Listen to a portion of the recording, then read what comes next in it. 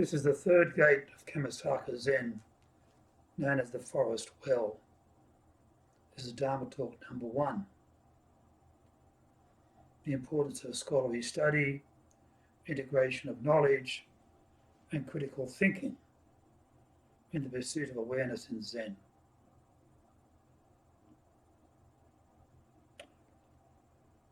Zen Buddhism, with its roots in the teachings of Siddhartha Gautama, the Buddha, and also the later interpretations of in China through Chan.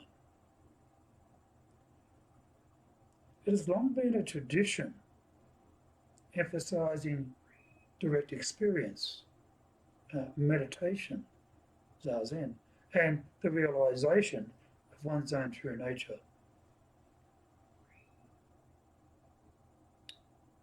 Now, while Zen's famous emphasis is on sudden enlightenment, satori, this may seem to downplay a little bit the role of the intellectual engagement or a deeper understanding of Zen reveals that scholarly study, the integration of knowledge and the critical thinking are essential. They are essential components in cultivating awareness and spiritual awakening.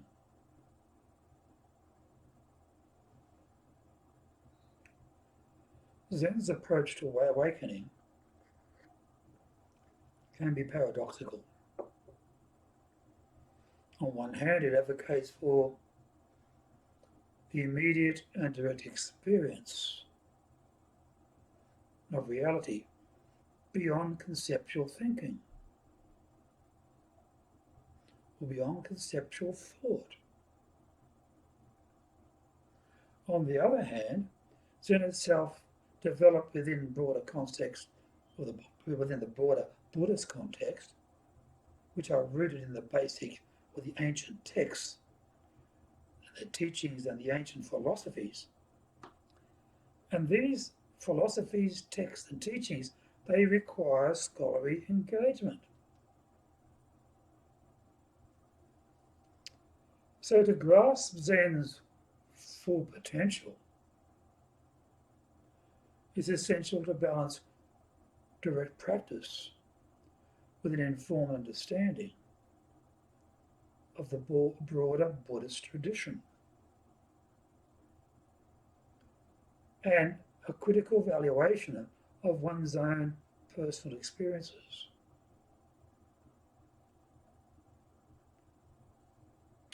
So while Zen advocates for direct experience beyond intellectual grasping, it does not negate the importance of knowledge, the importance of the knowledge derived from the texts, from the teachers, and from the broader Buddhist tradition in general. In fact, Zen exists within the larger framework of the Mahayana Buddhist tradition, okay, which itself is deeply rooted in the scriptures of the Pali Canon. Also within the Mahayana Sutras, and also within the teachings of various Buddhist philosophers. So to practice Zen fully, one must understand the basic tenets of Buddhism. And of course, these include the Four Noble Truths, the Eightfold Path, and the nature of dependent origination.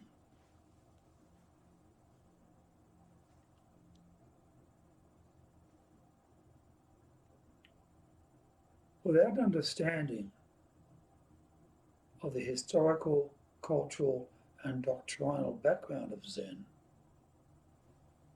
practitioners risk missing the broader purpose and meaning. The purpose and the meaning in their own practice.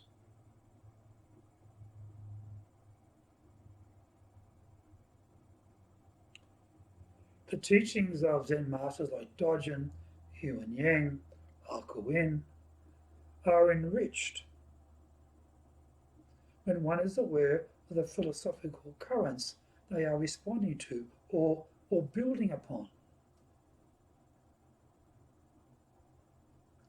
Well, Dojin, for example, he wrote extensively on the nature of time and existence.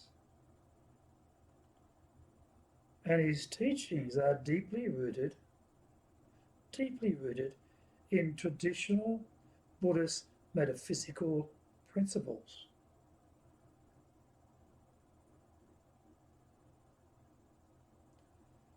Zen teachings are often delivered in koans, paradoxical stories or sayings.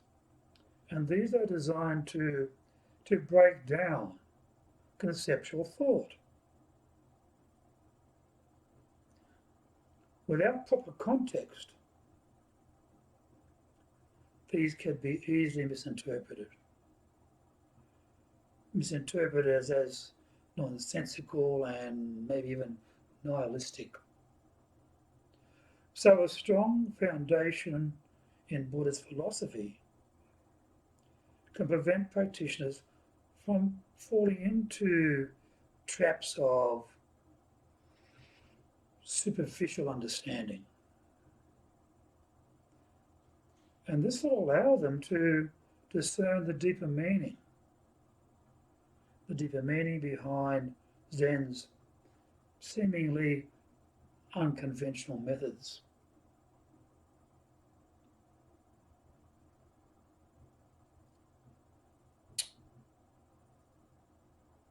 Zen's history is replete with examples of enlightened masters who have left behind texts, teachings, an example of their practices. And it's these teachings and examples and texts, these can serve as guidelines for us. They can serve as inspirations, offering us insights into the various paths which we might take towards our own awakening.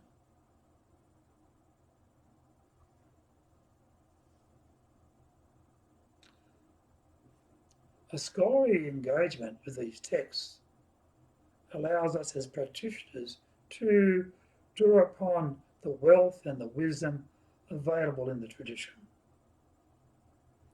For instance, Dojin's Shobogenzo, also known as the Treasury of the True Dharma Eye.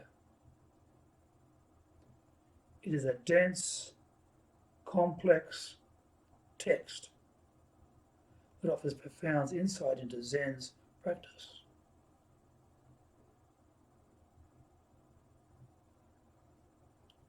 And without studying it in detail, then much of Dojin's teachings would remain inaccessible to practitioners. We wouldn't have a full understanding of what he's teaching. Similarly, in the Platform Sutra of Huan Yang, the sixth patriarch of Zen, this provides essential context for understanding the role of sudden enlightenment. Sudden enlightenment versus gradual cultivation in Zen.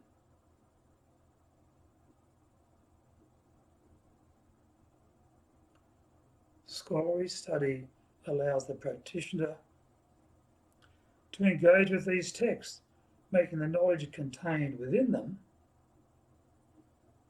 available for personal growth and awareness. So the integration of knowledge refers to the ability to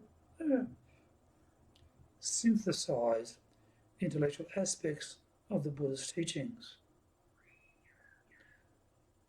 in relation to a lived experience of Zen in practice.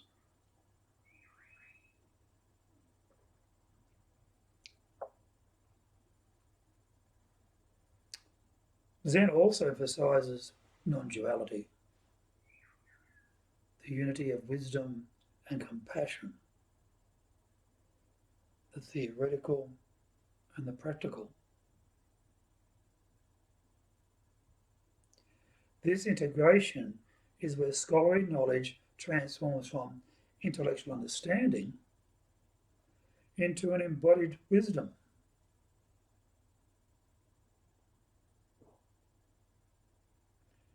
In Zen, integration of knowledge occurs on several levels. Zen meditation, Zazen, is not meant to be isolated from the studies of the Buddha, teachings of the Buddha. In fact, study and meditation are complementary.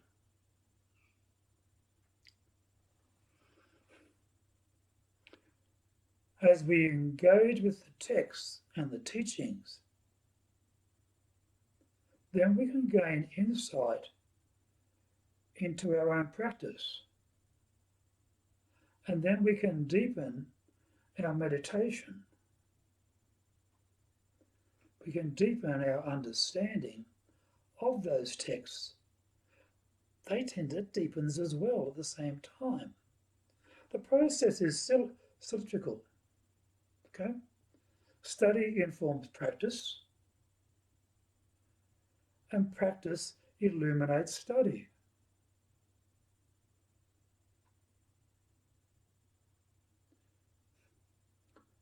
Zen emphasizes that knowledge is not just theoretical, but it must be lived and embodied.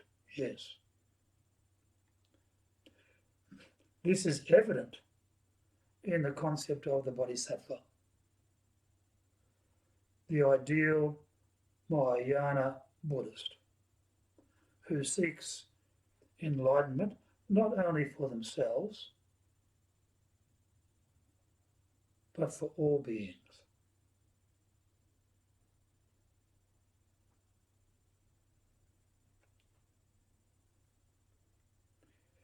To fully integrate knowledge, one must live out the principles of wisdom and compassion in our everyday life. And this can only be achieved by integrating what one has learned through scholarly study with the lived reality of Zen practice. And it's the Eightfold Path that provides structure for this, with its emphasis on right understanding, the emphasis on right action, right mindfulness.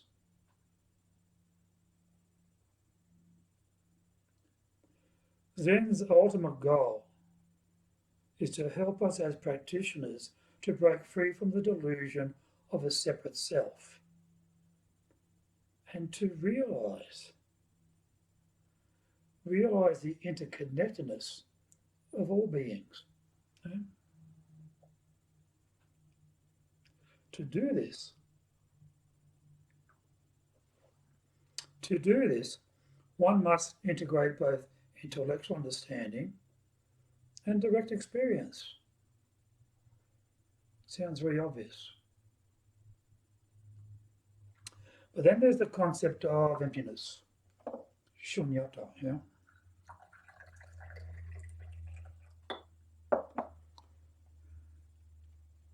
It is an essential Buddhist teaching that Zen practitioners must integrate into their understanding. We need to understand this. And through study they can learn, or we can learn about the philosophical implications of emptiness. But then it's through meditation that we come to realize that emptiness as a direct experience it's a direct experience of the world's interconnectedness. So the integration of knowledge in Zen is not about accumulating enormous amounts of information,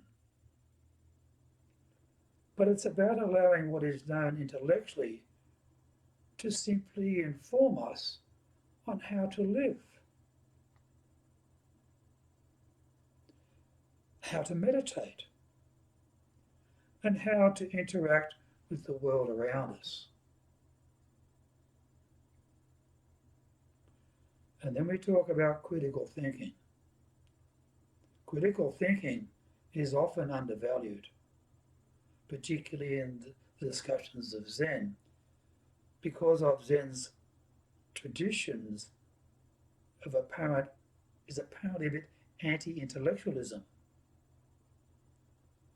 Zen's teachings frequently emphasize the limitations of conceptual thought and logic, urging practitioners to go beyond the confines of the dualistic mind.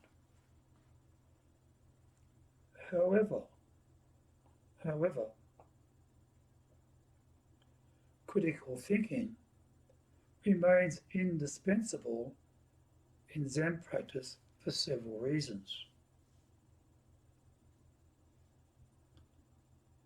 As you know, Zen is famous for its use of paradoxical statements and koans, designed to disrupt the logical conceptual mind.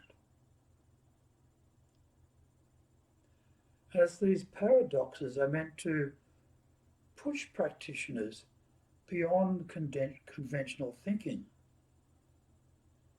and into a more direct, intuitive understanding of reality. However,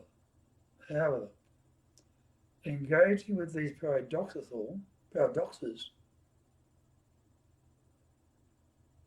requires sharp critical thinking.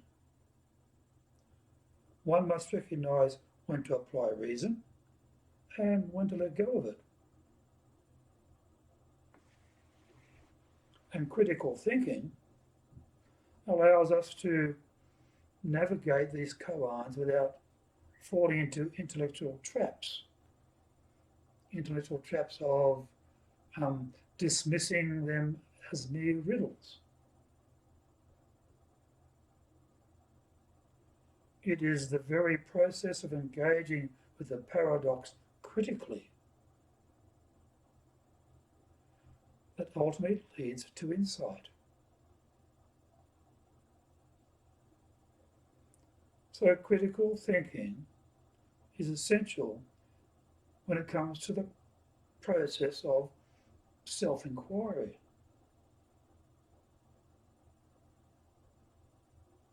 And then that self-inquiry is a more core component of Zen. And as we as practitioners engage in meditation and contemplation, we must critically assess our own experiences to avoid delusion.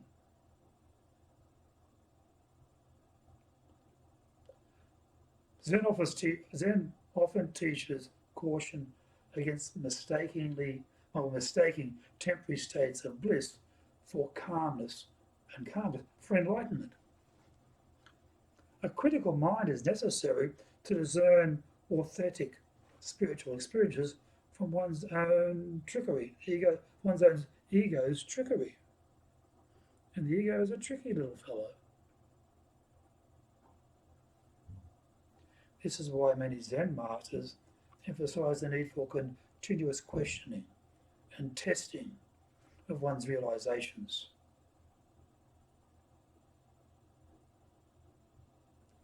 Critical thinking also guards against dogmatism and attachment to views, a central concern in Zen practice.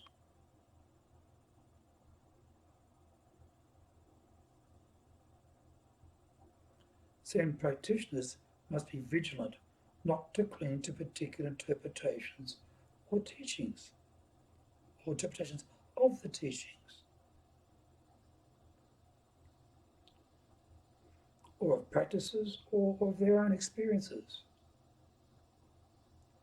In fact, Zen frequently warns against clinging to its own teachings. There's that famous Zen saying, if you meet a Buddha on the road, kill him. This exemplifies the need to let go of even the most sacred notions when they become hindrances.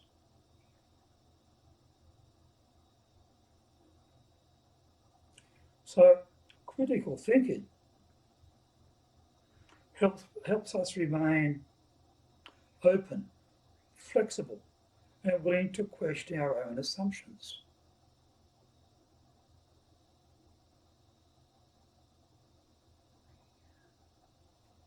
The application of Zen teachings into everyday life. This requires critical thinking. For example, the precept of non-harming. This may seem straightforward in theory, but when applying it into complex situations in the modern world, such as environment concerns,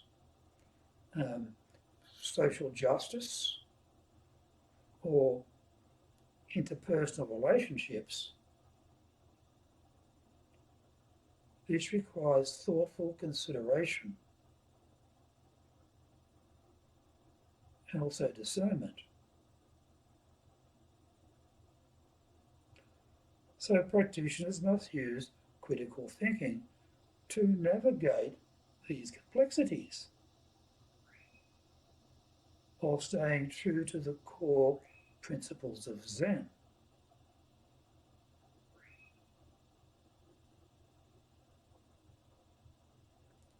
In this way, critical thinking in Zen is not about clinging or logic or reason. It's about using these tools judiciously to deepen one's practice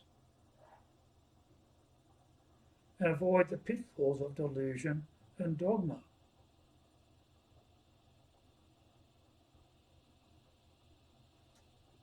So, in conclusion, Zen, while offering emphasis on direct experience and intuition, cannot be fully appreciated or practiced without a balanced integration of scholarly study, knowledge, and critical thinking.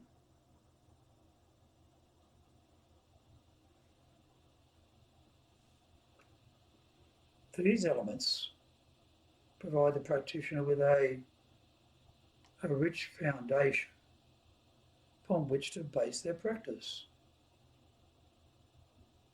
and can be also offering insights into the deeper meanings behind Zen's sometimes cryptic teachings.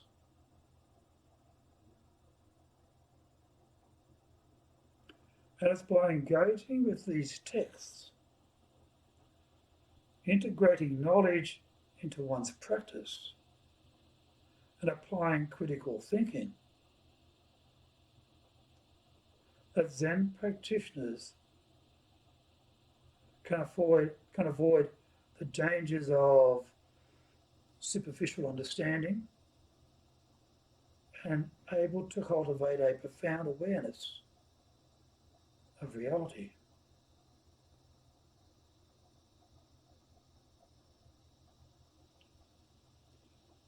The ultimate goal of Zen is to help practitioners awaken to their true nature, seeing through the delusion of separation and realizing the interconnectedness of all beings.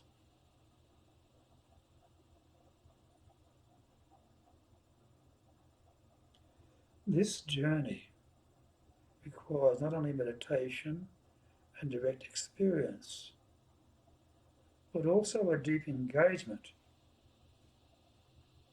with the intellectual and philosophical traditions of Buddhism, and also a willingness, a willingness to integrate that knowledge into everyday life, and the ability to critically assess one's experiences, along the way. And it's in this way the pursuit of awareness in Zen is not merely a matter of sitting in meditation, sitting on the cushion, or solving koans. It is a dynamic process that involves the whole of one's being, one's mind, one's body, and one's intellect. So, scholarly study, integration of knowledge, and critical thinking is indispensable. These are indispensable tools on the path to awakening, on the path to guiding practitioners through the complexities of the spiritual path, and also to help them realize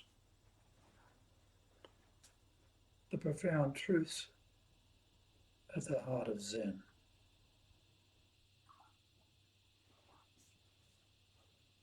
Thank you for listening.